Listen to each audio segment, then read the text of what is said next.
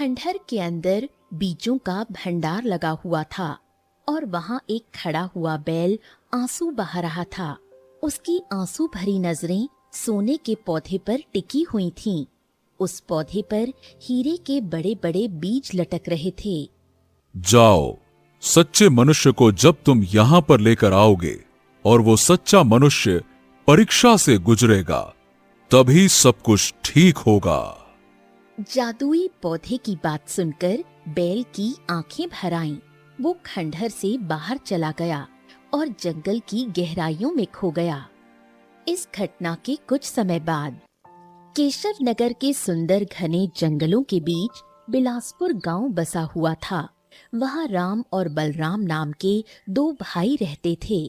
बलराम भैया, ओ बलराम भैया, बलराम भैया, आपके पिताजी की तबीयत अचानक से बिगड़ गई है, जल्दी घर चलिए चलिए।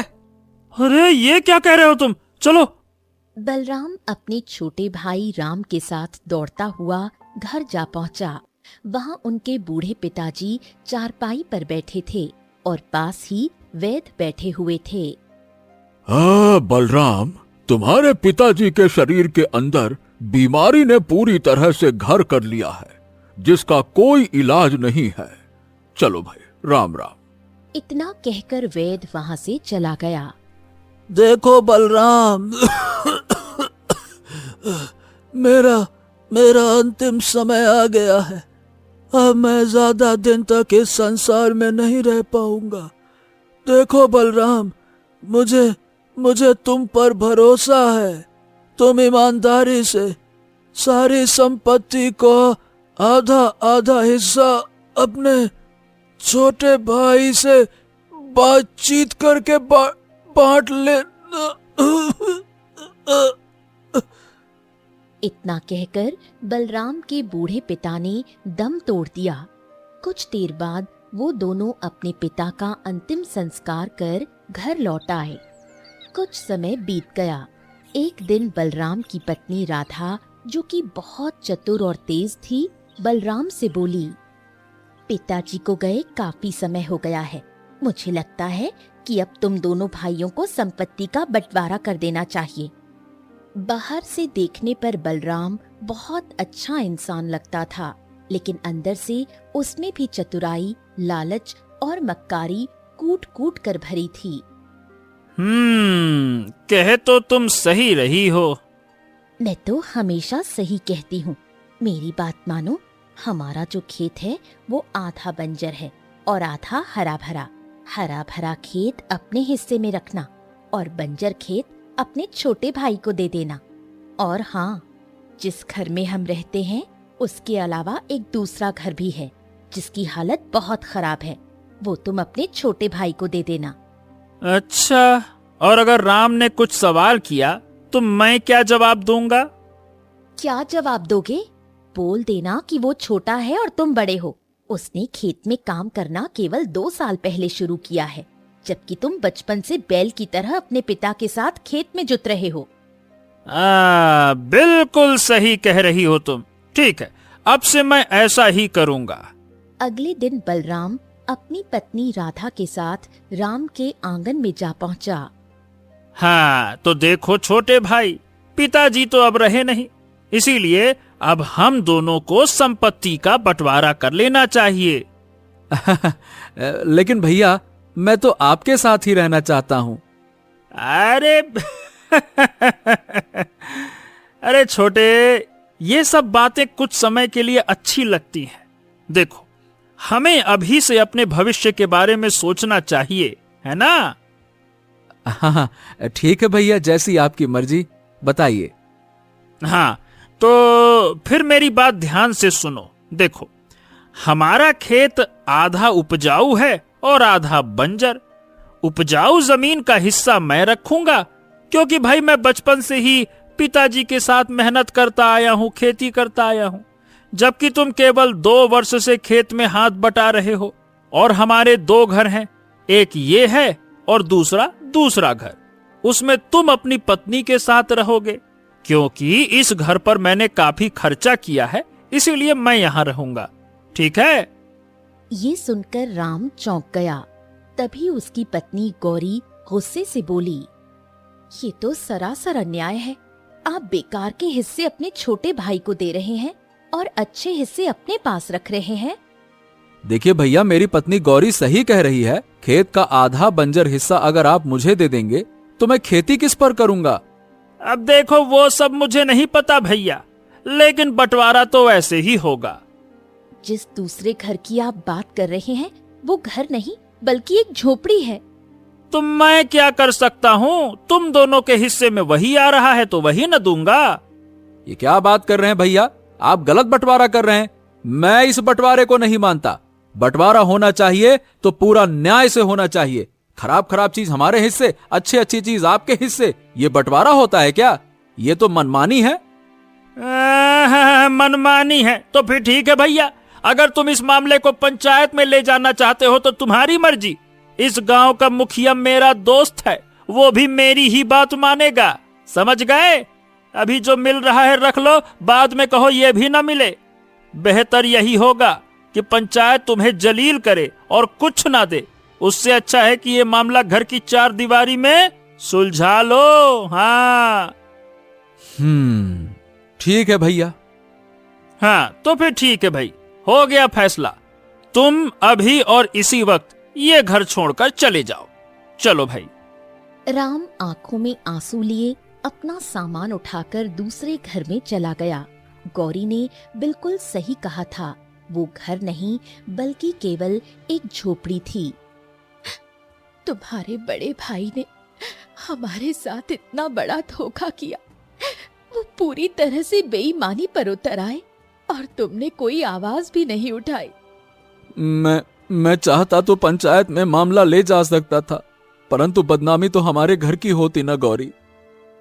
ये सब तो ठीक है, लेकिन अब आप क्या करेंगे? क्या कभी बंजर जमीन पर अनाज उगता है? मुझे भगवान पर पूरा भरोसा है। भगवान ने मुझे 2 परिश्रमी हाथ दिए हैं। देखना तू गौरी, मैं बंजर जमीन का सीना चीर कर उसमें बीज बो दूंगा, और अगर भगवान की कृपा रही तो उसी में अनाज उगाकर गांव वालों को दिखाऊंगा। तू देखना। अगले दिन राम अपने बंजर खेत पर पहुंचा और हल चलाने लगा। तभी गांव का एक व्यक्ति वहां आया और राम से बोला, अरे राम भैया, ये क्या? अरे भैया, ये तो जमीन बंजर है। इसमें मेहनत करके अपना समय क्यों बर्बाद कर रहे हो भाई? राम कुछ नहीं बोला और जमीन पर हल चलाता रहा।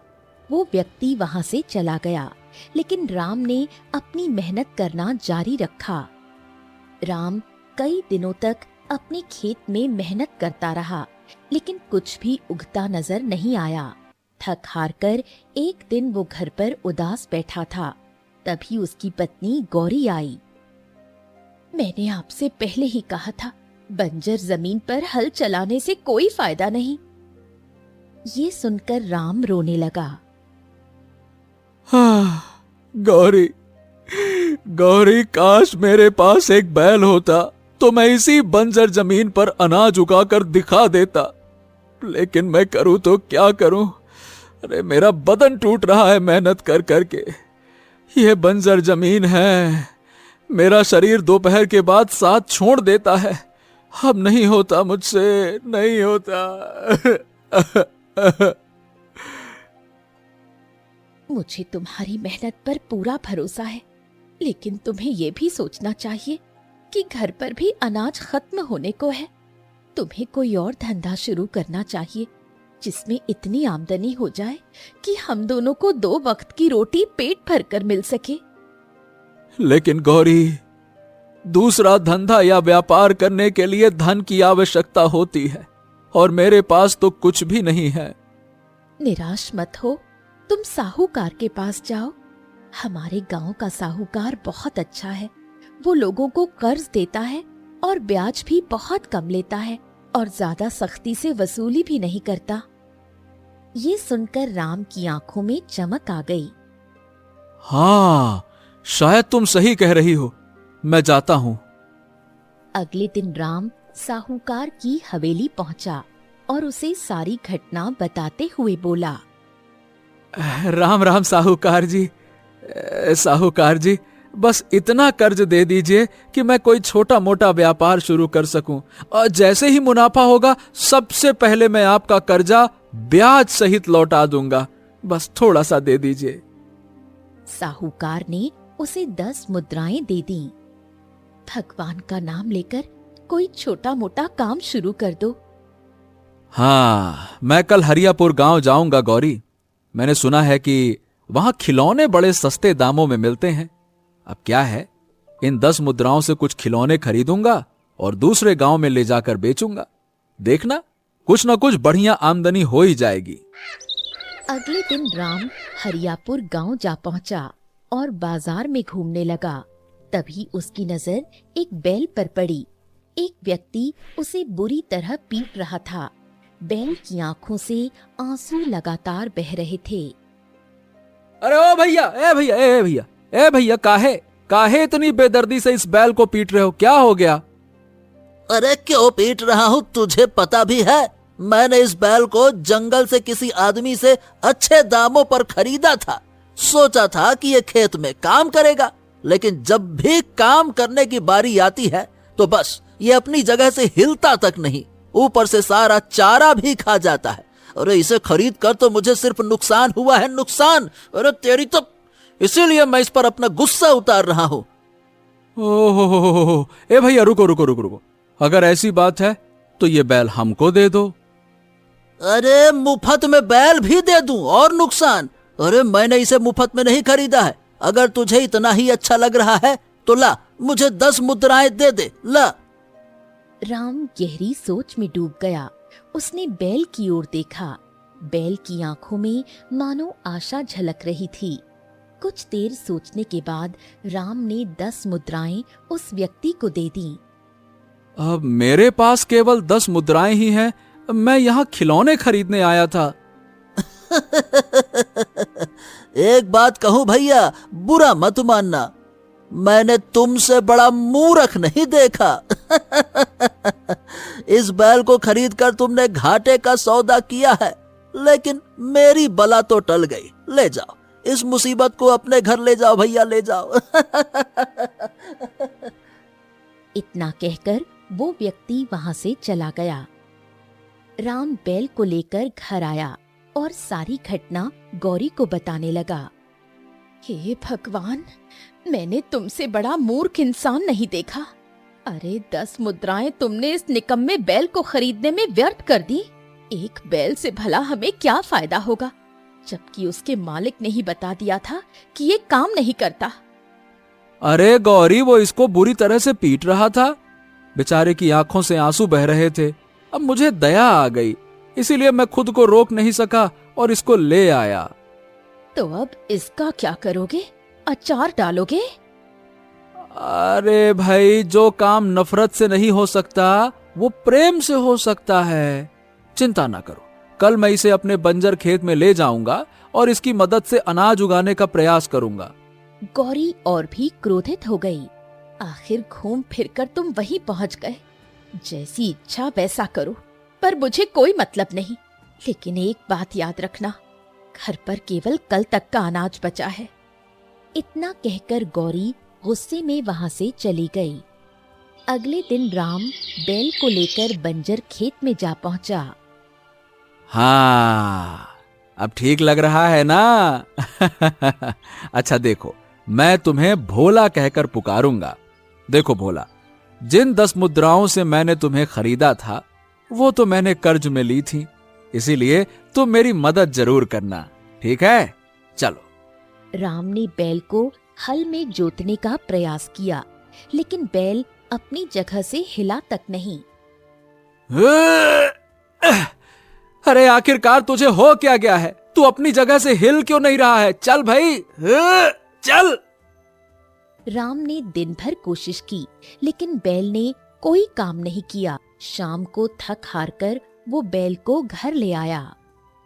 घर पर राम का उतरा हुआ चेहरा देखकर गौरी ने गुस्से से कहा, क्या हुआ? तुम्हारे इस बैल ने तुम्हारा पूरा खेत जोत डाला? चेहरा तो बिल्कुल बुझा हुआ लग रहा है। राम कुछ नहीं बोला। उसकी आंखों से आंसू निकल आए। अगले दिन भी राम बैल को खेत में ले गया, लेकिन बैल अपनी जगह से हिला ही नहीं। शाम को मायूस होकर राम घर लौट आया। गौरी की आंखों में आंसू थे। आज सुबह से मैं भूखी हूँ, घर का अनाज खत्म हो गया है। अब बताओ क्या करूं? क्या तुम्हारे भाई के सामने हाथ फैलाऊं? वही भाई जिन्होंने हमें धोखा देकर सब कुछ छीन लिया। राम की आंखों से भी आंसू छलक पड़े। वो बाहर आंगन में बैल के पास बैठ गया और देर तक रोता रहा। आधी रात हो चुकी थी। अचानक बैल ने राम की ओर देखकर बोला, मुझे तुम्हारी हालत पर बहुत तरस आ रहा है राम। मैं तुम्हारी मदद करना चाहता हूँ। राम ये सुनकर चौंक गया। अरे हे भगवान, ये मैं क्या देख रहा हूँ? एक बैल मनुष्य की भाषा में बात कर रहा है। हे भाई, कौन हो तुम? घबराओ मत, घबराओ मत। मैं तुम्हारा नुकसान नहीं करूंगा। ये मत पूछो कि मैं कैसे बोल रहा हूँ। बस ये समझो मैं तुम्हारी मदद कर सकता हूँ। राम का डर थोड़ा कम हुआ। उसने तुरंत गौरी को बुलाया और सारी घटना बताई। हे भगवान, ये बैल मनुष्य की तरह बोल रहा है। राम, इसे वापस वहीं छोड़ाओ जहाँ से तुम इसे लाए थे। अरे भगवान के लिए ऐसा मत करना, नहीं तो मेरा पुराना मालिक मुझे पीट पीट कर मार डालेगा। बहुत तेज मारता है। नहीं नहीं नहीं नहीं नहीं नहीं, नहीं, ऐसा मत करना। तुम हमारी मदद कैसे कर सकते हो? मैं एक ऐसे जंगल का पता जानता हूँ जहाँ जादुई बीज मिलते हैं। अगर तुम उन्हें अपने बंजर जमीन में बो दोगे तो फिर उसका चमत्कार देखना। हाँ। राम ने गौरी की ओर देखा। एक बार इसकी बात मानने में क्या हर्ज है? हो सकता है हमारी किस्मत बदल जाए। ठीक है। हाँ तो ठीक है, फिर मेरी रस्सी खोल दो। राम ने बैल की रस्सी खोल दी। बैल जंगल की ओर दौड़ पड़ा। राम और गौरी भी उसके पीछे दौड़ने लगे। कुछ देर बाद बैल जंगल में बने एक खंडहर के सामने रुक गया। चलो मेरे साथ, तुम्हें जादुई बीज यहीं खंडहर के अंदर मिलेगा। राम और गौरी बैल के साथ खंडहर के अंदर चले गए। अंदर पहुंचकर राम ने देखा कि जमीन पर बहुत से बीज बिखरे पड़े थे। बाप रे बाप, जमीन पर तो अनाज पौधे हरियाली उगते देखा, लेकिन बीजों को खुद ब खुद उगते हुए पहली बार देख रहा हूं। गजब है गौरी। राम, देखो, ये बीज रंग बिरंगी किरणों से जगमगा भी रहे हैं। इनमें से कुछ बीज उठा लो और फिर उनका चमत्कार देखना। उठा लो। तभी गौरी की नजर एक बड़े पौधे पर पड़ी जो शुद्ध सोने का बना हुआ था और उस पर हीरों से बने बीज उग रहे थे। ये तो बड़ा ही विचित्र पौधा है। हाँ, इसका भी एक रहस्य है, लेकिन वो रहस्य अभी मैं तुम्हें नहीं बता सकता। सही समय आने पर सब बताऊंगा। राम ने कुछ बीज उठाए, फिर वो गौरी और बैल के साथ घर लौट आया। अब तुम आज रात ही इन बीजों को अपने बंजर जमीन पर बो दो। राम, गौरी और बैल खेत में पहुंचे। राम ने उन बीजों को अपनी जमीन में बो दिया। अब घर चलो, सुबह इसका चमत्कार देखना। राम, गौरी और बैल घर लौट आए। अगली सुबह राम और गौरी खेत पहुंचे। सामने का दृश्य देखकर दोनों की आंखें आश्चर्य से फैल गईं। पूरा खेत हरे भरे पौधों और लहलहाती फसल से भर चुका था। अरे गौरी, गौरी, हमारा बंजर खेत तो हरा भरा हो गया। राम, इसका मतलब बैल सही कह रहा था। मुझे माफ कर दो। जब तुम बैल को लेकर आए थे तो मैंने तुम्हें बहुत बुरा भला कहा। देखो गौरी, ये फसल तो पूरी तरह से पक चुकी है। चलो इसको काट लेते हैं और बेच देते हैं।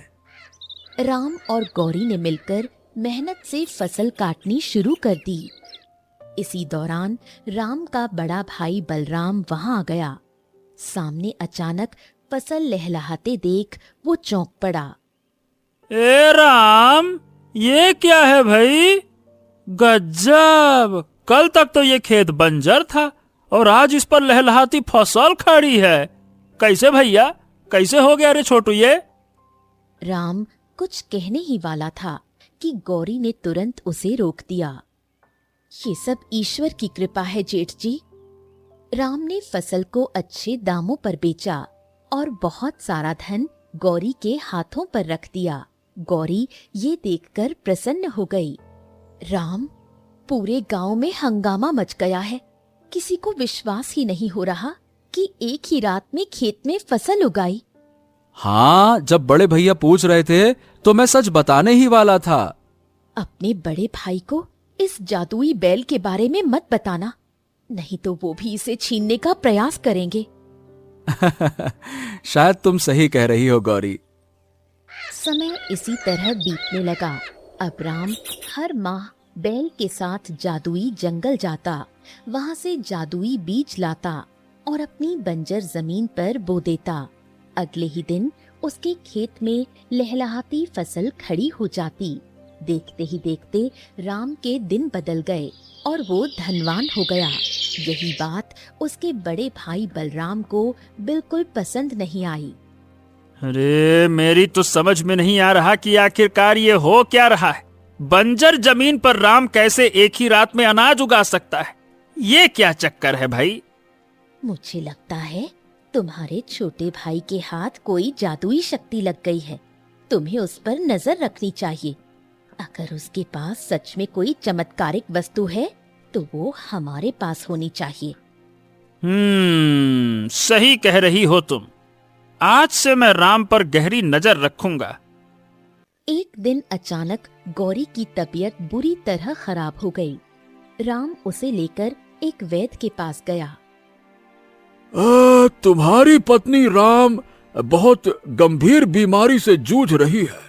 देखो, माफ करना, लेकिन इसका इलाज इस संसार में नहीं है। अब समझ के चलो कि बस वो कुछ ही दिनों की मेहमान है। क्या? ऐसी बातें मत करिए वैद्य जी, ऐसा मत कहिए। शांत हो जाओ, शांत हो जाओ। मेरे हाथ में कुछ नहीं है। तुम अपनी पत्नी को घर ले जाओ, है ना? हाँ। राम टूटा हुआ मन लिए गौरी को वापस घर ले आया और बाहर बैठकर फूट फूट कर रोने लगा। तभी बैल वहां आ गया। क्यों रो रहे हो राम? राम ने सारी घटना बैल को बता दी। ओ, लगता है कि परीक्षा का समय आ गया है। कैसी परीक्षा? कुछ देर बाद पता चल जाएगा। अपनी पत्नी को साथ लेकर मेरे साथ जंगल चलो। हाँ, जंगल? लेकिन वहां तो जादुई बीज हैं। हाँ, उन जादुई बीजों में से एक बीज ऐसा भी है जिसे यदि किसी रोगी को खिलाया जाए तो वो पूरी तरह से स्वस्थ हो जाता है। क्या तुम सच कह रहे हो? हाँ, मैं सच कह रहा हूँ। चलो मेरे साथ। राम अपनी पत्नी गौरी को लेकर बैल के साथ जंगल की ओर चल पड़ा, मगर उसे पता नहीं था कि ये सब दृश्य उसका बड़ा भाई बलराम दूर से देख रहा है। बलराम तुरंत भागता हुआ अपनी पत्नी राधा के पास जा पहुंचा और सारी घटना उसे बता दी। इसका मतलब अब तक जो कुछ भी चमत्कार हो रहा था वो सब जादुई बीजों की वजह से था। चलो, हम दोनों उनका पीछा करते हैं। बलराम और राधा चुपके चुपके राम और बैल का पीछा करने लगे। कुछ देर बाद राम और गौरी खंडहर के अंदर पहुंचे। वहां पर विशेष प्रकार के बीज उग रहे थे। वो वहां देखो राम, तुम्हें वो पौधा दिख रहा है ना? हाँ। अरे, ये तो सोने का पौधा है जिस पर हीरों के बीज लगे हुए हैं। हाँ, उसे ध्यान से देखो। उस हीरो के बीच तुम्हें एक साधारण बीज दिखाई देगा। हाँ, इसमें सचमुच एक साधारण बीज भी है। हाँ। बस अब मेरी बात ध्यान से सुनो। अगर तुम इन हीरों के बीज को अपने खेत में बोओगे तो अगले दिन तुम्हारे खेत में अनगिनत कीमती हीरे उगेंगे और तुम संसार के सबसे धनवान व्यक्ति बन जाओगे। लेकिन अगर तुम इसके विपरीत उस साधारण बीज को चुनते हो और अपनी पत्नी को खिला देते हो तो वो रोग मुक्त हो जाएगी, पर उसके बाद तुम इन हीरों के बीजों का इस्तेमाल नहीं कर पाओगे। यहां तक कि इन जादुई बीजों को जो तुम बोते आए हो इनका भी उपयोग नहीं कर पाओगे। राम ये सुनकर चौंक गया और गहरी सोच में डूब गया। हाँ, जब मेरी पत्नी ही नहीं रहेगी तो ढेर सारा धन, अनाज, वैभव, दौलत ये सब मेरे किस काम का? मैं क्या करूंगा? नहीं नहीं नहीं, मैं अपनी पत्नी को स्वस्थ देखना चाहता हूं, बस। याद रखना राम, जैसे ही तुम ये बीज अपनी पत्नी को खिलाओगे, यहां जितने भी जादुई बीज हैं, ये सोने का पौधा सब गायब हो जाएंगे और पूरा खंडहर साधारण हो जाएगा। राम साधारण बीज की ओर बढ़ा ही था कि तभी बलराम और राधा हाथों में तलवार लिए वहां आ पहुंचे। अरे राम, मैं तेरे और बैल की सारी बातचीत सुन चुका हूँ। उस जादुई बीज को फेंक दे, चुपचाप फेंक, चल फेंक। अगर तूने इस गौरी को खिला दिया तो सारे जादुई बीज हमेशा के लिए गायब हो जाएंगे और ये मैं किसी भी कीमत पर बर्दाश्त नहीं कर सकता। अरे फेंक रे जल्दी से, नहीं तो फेंक। मुझे सारे के सारे जादुई बीज चाहिए। भैया भैया, मेरी पत्नी कुछ दिनों की मेहमान है। क्या आप चाहते हैं कि वो मुझे छोड़कर चली जाए? बताइए भला। मुझे क्या मतलब तेरी पत्नी से? मुझे धन चाहिए, धन, इंसान नहीं। अगर तूने एक कदम भी आगे बढ़ाया ना, मैं तेरी गर्दन उड़ा दूंगा तलवार से। चल हट पीछे। भैया भैया, क्या आप धन के लिए मुझको भी मार देंगे क्या? भैया बताइए, मार देंगे क्या? हाँ, मैं तुझे भी मार दूंगा। इतना बोलकर बलराम राधा से बोला। रे चलो राधा, इससे पहले कि ये मूर्ख कोई मूर्खतापूर्ण काम करे, हम सोने के पौधे के सारे बीज उखाड़ लेते हैं। कल सुबह हमारे खेत में हीरे ही हीरे नजर आएंगे और हम इस संसार के सबसे धनी व्यक्ति बन जाएंगे। चलो चलो चलो। इतना कहकर बलराम और राधा सोने के पौधे की ओर बढ़ते हैं। जैसे ही दोनों पौधों को स्पर्श करते हैं, अचानक एक जबरदस्त धमाका होता है और उनके शरीर जलने लगते हैं। अरे ये क्या हो रहा है? मेरे भैया और भाभी जल रहे हैं, इन्हें कैसे बचाऊं? अरे इन्हें बचाओ, कोई तो बचाओ इन्हें। तभी वहां कुछ साथी प्रकट होते हैं। ये संभव नहीं है राम, इन जादुई पौधे ने इन दोनों का अंजाम यही चुना है। इन्होंने लालच और बुरी नीयत से इस पौधे को स्पर्श किया और इनका अंत यही होना था। कुछ देर में बलराम और राधा जलकर राख हो जाते हैं। राम की आंखों से आंसू बहने लगते हैं। राम ने कांपते हुए बीज अपनी पत्नी को खिला दिया। बीज खाते ही गौरी उठ बैठी। मुझे अब बिल्कुल ठीक महसूस हो रहा है। अचानक एक और धमाका होता है और बैल एक सुंदर राजकुमार में बदल जाता है। राम हैरान रह जाता है। ये क्या? आखिर ये सब क्या हो रहा है? कुछ समय पहले मैंने तपस्या करके बड़ी मुश्किल से इन जादुई बीजों को इस जंगल में उगाया था। मेरा उद्देश्य था कि इन बीजों के जरिए मानवता की भलाई की जा सके, सूखाग्रस्त इलाकों की मदद हो सके। लेकिन इसी रहस्य का पता राज्य के राजकुमार आदित्य को चल गया। वो एक लालची और घमंडी राजकुमार था। मैंने उसे चेतावनी दी थी कि इन बीजों को लालच से मत छूना, लेकिन वो नहीं माना। उसने सीधे सोने के पौधों को हाथ लगा दिया जिस पर हीरे के बीज लटक रहे थे और तुरंत वो एक बैल में परिवर्तित हो गया। उस दिन जादुई पौधे ने उसे श्राप दिया कि तुम बैल के रूप में रहोगे, लेकिन चाहकर भी बैल जैसा काम नहीं कर पाओगे। तुम्हारे मालिक तुम्हें बेचेंगे। जब कोई सच्चे मन वाला लालच रहित मनुष्य तुम्हें खरीदेगा और तुम्हारा रहस्य जानेगा, और फिर भी अगर वो धन की बजाय अपने परिवार को चुनेगा, तभी तुम श्राप से मुक्त हो पाओगे। हाँ, और राम, तुम्हारी वजह से आज मैं इस श्राप से मुक्त हो पाया हूं। राम की आंखें भर आती हैं। साधु राम के पास आते हैं।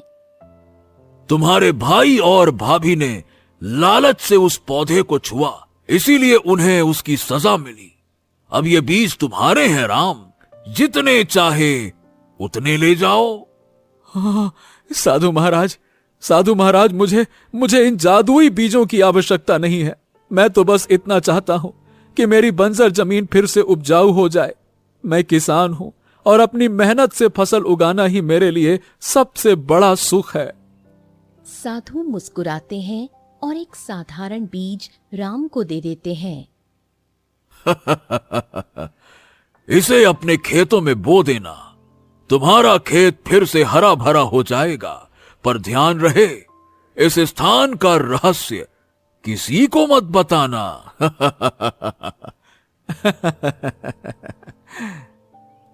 राम मुस्कुराते हुए अपनी गौरी का हाथ थामकर बाहर निकल गया।